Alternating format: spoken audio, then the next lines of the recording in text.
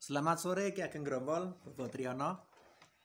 Ini kita masih seputar politik ini. Jadi kemarin itu ada relawan Jokowi yang baru mengadakan musra begitu. Dan kita tahu bahwa Pak Jokowi ini termasuk pegang kartu as dalam dunia perpolitikan saat ini, termasuk nanti Pilpres pada tahun 2024. Ini kira-kira dukungan Jokowi ini mau diarahkan kemana? Nah, ini kan menjadi pertanyaan besar bagi calon-calon presiden yang sekarang sudah muncul ini. Dan kemarin musra kemarin menelurkan 3 calon, yaitu Pak Ganjar, Pak Prabowo, dan Pak Erlangga. Nah, ini dari ketiga tokoh ini nanti juga akan sibuk mencari partner wakil presidennya, calonnya, seperti itu. Dan ini sangat menarik untuk diulas sebagai pembicaraan obrolan politik pada sore hari ini. Ya, King Grompol, monggo kira-kira pendapat jenengan tentang persoalan ini atau tentang fenomena ini gimana?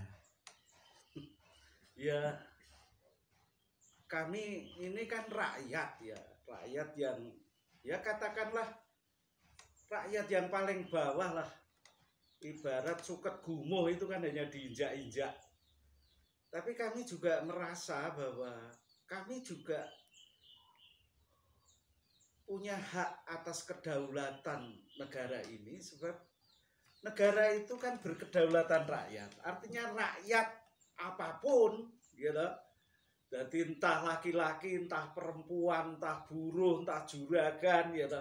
Ini kan rakyat seluruh negeri ini yang punya hak atas kedaulatan negara Kesatuan Republik Indonesia.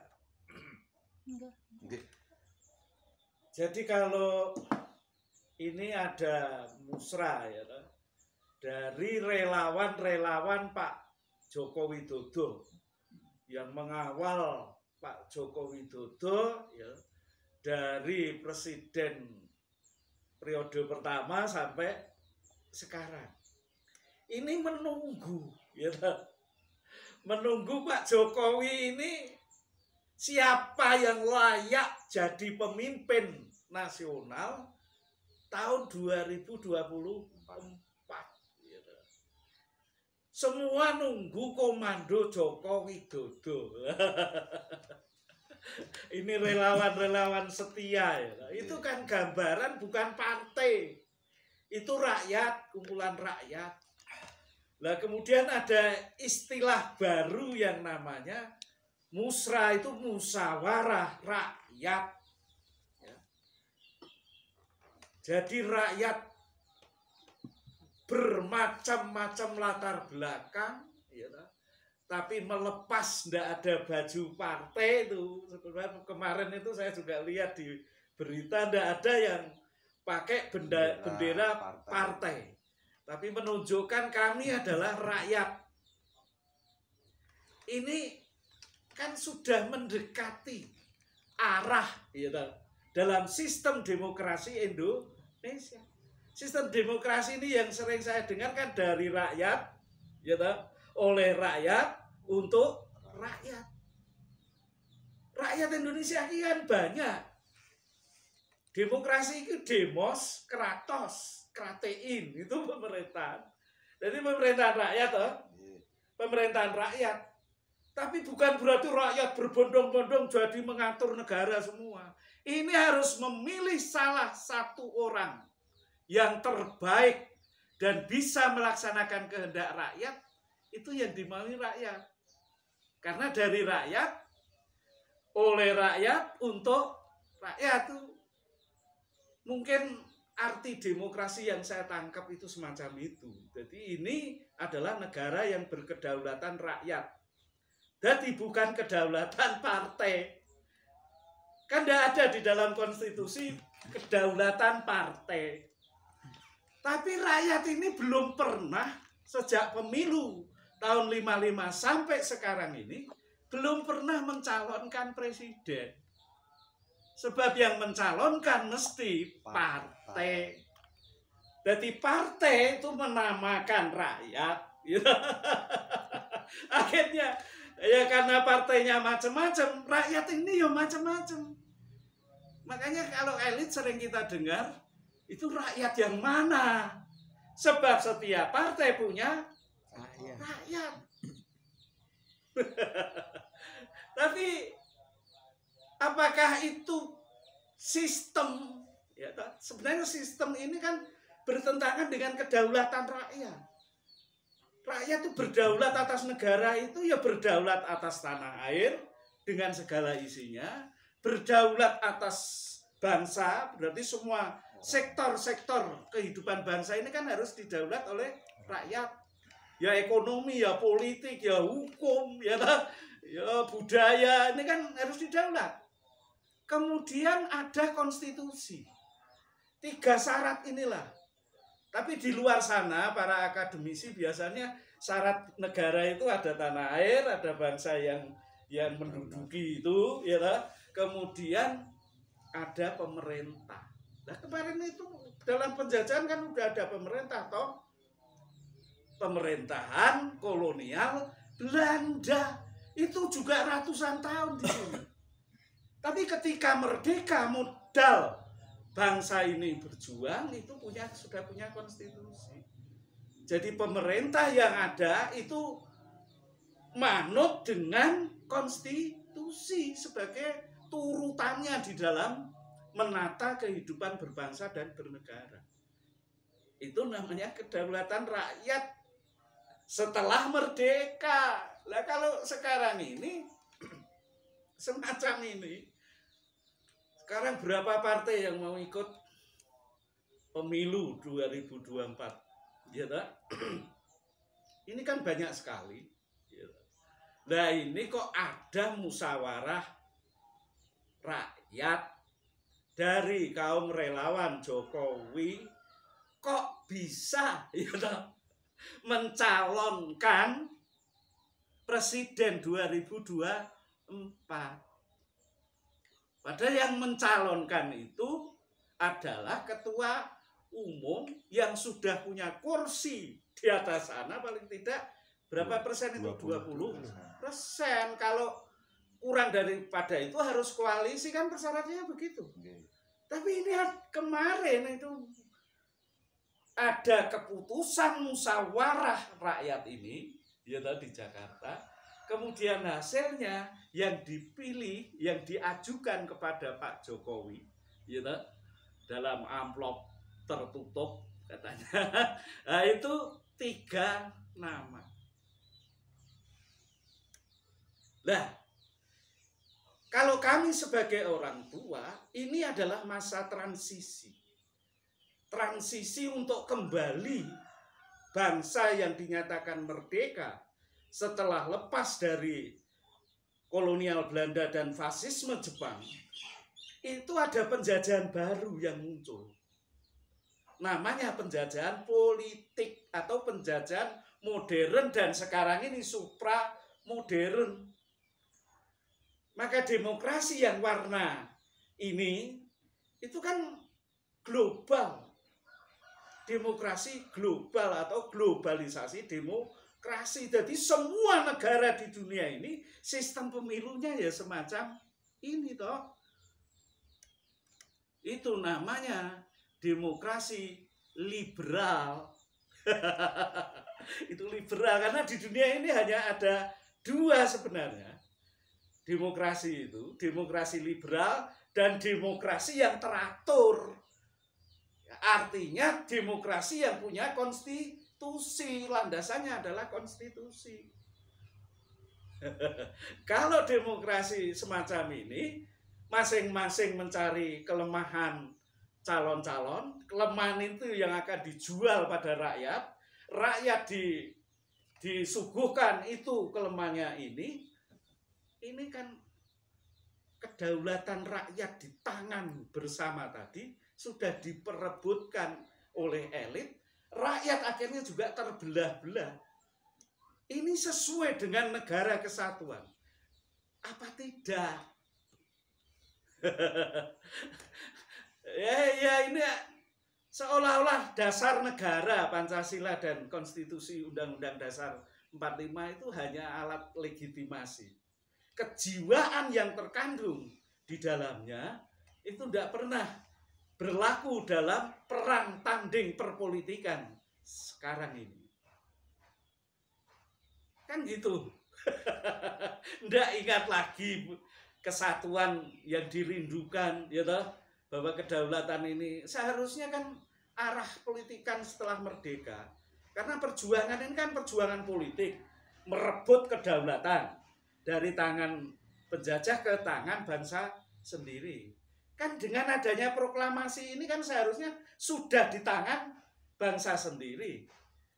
Maka dinamakan kedaulatan rakyat itu rakyatlah, karena yang berjuang rakyat, rakyat yang berdaulat atas negara, termasuk rakyat yang seharusnya memilih calon pemimpinnya. Tapi ini belum pernah ada di dunia. Ya ini proses. Dengan musrah ini proses bahwa akan kembali, ya. Wong rakyat yo ndak ngerti saya ini berdaulat apa. Yang didaulat rakyat itu apa? Kan ndak ngerti toh. Kami ndak ngerti. Wong tanah, kalau ndak beli tanah, yo kita ndak punya tanah. Air, kalau ndak beli air, kita ini juga kan kita juga harus berdaulat atas tanah dan air. Air sekarang sudah dimiliki oleh badan-badan usaha. Kita harus beli coba. Apa berdaulat semacam itu? Gitu. Apalagi ada kandungan emas, uranium, nikel. Karena kita pernah menikmati. Ini yang gas, ini kan ya produk kita. Lah ini itu apa? Milik rakyat. Jadi harga kedaulatan yang selama ini sistemnya itu sangat murah. Hanya ditukar dengan kaos oblong, dengan amplop, ya. Kedaulatan rakyat diserahkan pada elit. Tapi rakyat sekarang ini sudah bangkit, sudah sadar, sudah ngelilir, sudah ngerti. Gitu. Kalau pemilu ya semacam ini. Akan mensejahterakan rakyat. Misalnya ini ya relawan Jokowi. Ini rakyat kan ya sudah menikmati. Wah, setiap bulan sekali untuk sembako beras 10 kilo kan harus dinikmati. Lah nek mau dirubah, mau disetop apa ya rakyat mau. Yang keluarga prasejahtera atau apa itu kan ya udah mulai dapat duit sidik-sidik ya. Pak Jokowi midun keliling ngedun amplop. Kuwi arep pencitraan Jokowi ben dipilih meneh atau itu memang pengakuan bahwa yang berhak atas negara ini adalah rakyat. Dia hanya abdi negara. Dia hanya misioner rakyat yang harus memenuhi apa tuntutan rakyat. Itu. Jadi ini baru menurut kami. Jadi bukan hanya partai, tapi musyawarah rakyat pun bisa mencalonkan presiden. Sekarang saya tanya, politik kerakyatan itu ada enggak di Indonesia? Di negeri kita ini? Saya kira belum jalan. Ada. Tapi enggak diakui. Itu hanya di tingkat desa. Namanya RT karo RW. Itu kan dipilih tanpa harus sogok-sogokan itu. Itu kan wakil rakyat yang punya rakyat itu, RT itu. Namanya saja rukun tetangga, ini garis bawah. Kerukunan itu kan persatuan. Jadi yang mengetahui rakyat yang berdaulat itu kan tempatnya di desa-desa seluruh Indonesia ini toh. Setiap desa itu sudah ada RT. RT itu sebenarnya organisasi politik kerakyatan, sebab di sana ada pemilihan langsung tanpa partisan partai maksudnya gitu.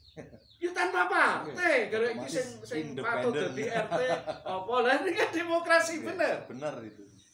Tapi ini tuh sampai kecamatan, adakah perwakilan RT ini berkumpul dengan RW-nya itu sebenarnya sebagai majelis permusyawaratan rakyat di tempat domisilinya rakyat itu di sana. Bukan di atas loh, wong rakyat itu tempatnya di bawah. Jadi itu sebenarnya kan organisasi politik kerakyatan. Seharusnya RT ini kan ini punya hak. Jadi kalau kekuasaan ini dibagi 3 sekarang ini punya hak legislasi. Jadi yang punya hak gawe peraturan RT. Akhirnya kalau RT ini kumpul dalam satu desa, yaitu RT-RT berkumpul ini namanya Majelis Permusyawaratan Rakyat, musyawarah rakyat, gitu, untuk membuat perdes. Berarti dia sebagai DPR-nya desa toh. Tapi apa no pengakuan malah RT ini di bawah siapa? Legislatif apa eksekutif? Sekarang RT itu jadi kongkonane lurah. Kira lucu iki. Wong kuwi milih ketua RT ora karena dikongkon lurah. Yang milih rakyat. Yang milih rakyat. Lah inilah. Jadi kalau ini musyawarah rakyat, rakyat itu tempatnya di mana? Di setiap RT di seluruh Indonesia. Itu tempat domisilinya rakyat. Jadi harus ada musyawarah di tempatnya rakyat itu di sana. Kalau ini musyawarah rakyat mengatasnamakan rakyat, gitu, ini masih rakyat lah, wakil-wakil dari apa? Ini relawan Jokowi ini yang kemarin musyawarah siapa? Panitia kan gitu. Legitimasinya masih kurang ya.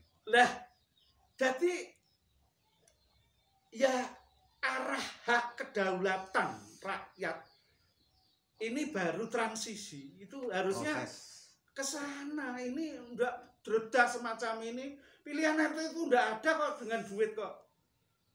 Dan enggak ada instruksi, itu kesadaran dari rakyat itu sendiri loh. Enggak perlu diatur oleh negara, enggak perlu ada dana APBN ya untuk memilih RT kan enggak ada toh. RT ini dibayar 1 tahun ke sarung karo duit 150 melaku, padahal semua urusan kasus-kasus di desanya ini lapurnya Pak RT loh harus menyelesaikan gue. Tapi ada harganya apa tidak? Ini demokrasi rakyat itu. Tapi udah matur nuwun, ini ada musyawarah rakyat gitu. Nah, tentang jadi dan tidak.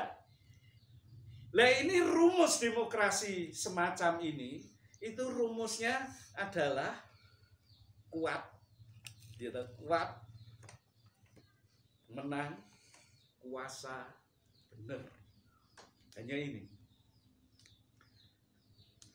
Jadi ini bagaimana supaya kuat, gitu, kuat pendukungnya kan gitu. Sebab nanti itu yang menentukan jadi presiden of tidak, biting dukungan dari yang namanya rakyat itu. Jadi ini juga diperebutkan oleh calon-calon lain toh. Maka Jokowi berusaha membentuk koalisi koalisi besar. Ini karena Jokowi itu sampai hari ini dicari cacatnya Jokowi, rekam jejaknya Jokowi. Dari kasus diisukan sebagai anak PKI sampai yang terakhir itu kasus ijazah palsu. Ora ono. Pamer kekayaan yora, ya toh. Padahal di bawahnya ada pajak, ada gubernur, bupati do pamer sugih. Jokowi ndak. Lah inilah. Ini figur pemimpin rakyat, bukan feodalis. Lainnya feodal, kudu nyembah aku. Ya Jokowi enggak. Oh sama orang-orang kumuh ya mau, ya kan? Ini sebenarnya yang diinginkan oleh rakyat, bukan karena pandai bicara, tapi bisa menyatakan pekerjaan dan yang diharapkan rakyat. Nek iki kok kampanye kan pinter-pinteran ngomong untuk mempengaruhi rakyat. Rakyat sudah ndak ngumum toh. Wis tumplek wis pirang-pirang ya ta.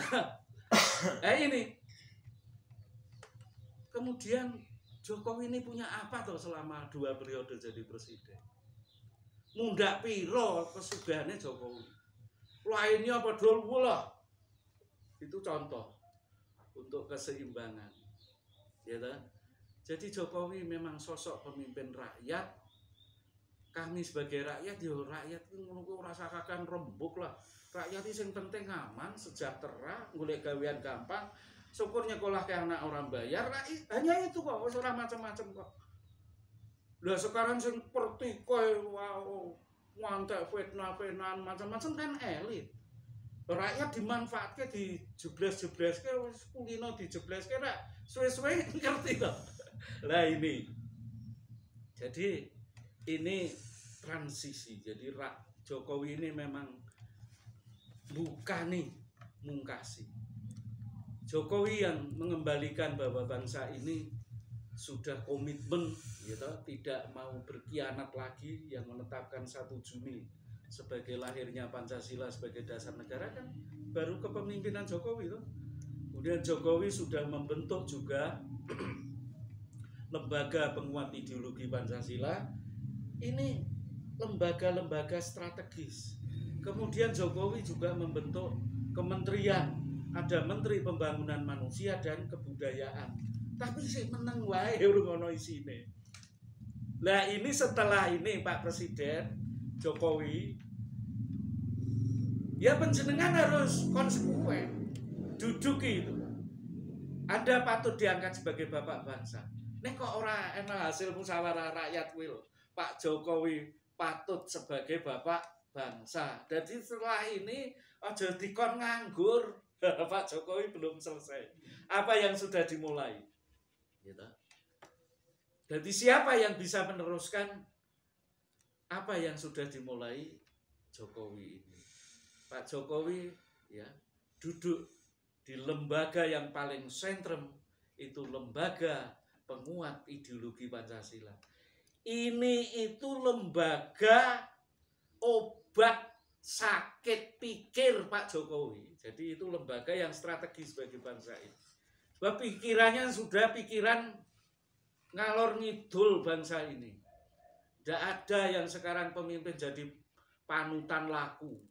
Pemimpin hanya menunjukkan bagaimana cara bertikai, bersilat kata. Sampai setiap hari rakyat disuguhkan semacam itu. Jadi itu harapan kami Pak Jokowi. Kalau ini sampai pada relawan dan Pak Jokowi, sampaikan kami menganggap Pak Jokowi sebagai bapak bangsa. Kalau Pak Jokowi duduk di dalam lembaga yang paling fundamental, itu lembaga penguat ideologi Pancasila. Benahi supaya tidak ada calon pemimpin, calon DPR yang tidak mengerti Pancasila, ya. Karena itu akan menjadi pengkhianat dan perusak negerinya sendiri. Itulah sebabnya harus dipungkasi lah. Nah, Pak Jokowi ini bukannya mungkasi, ya pungkasi yang ya sudah bertahun-tahun jadi penyakit kronis, yaitu penyakit adu domba. Jadi politik ke depan ini ya politik nasional lah. Jangan menggunakan agama, jangan menggunakan macam-macam. Gitu. Akhirnya agama juga hilang kesuciannya setelah ditunggangi oleh para elit-elit politik yang ambisi untuk kekuasaan. Demikian tanggapan kami, Mas. Matuk monggo, kami tidak punya pamrih apa-apa. Kami hanya menyuarakan apa yang ada di dalam benak kami.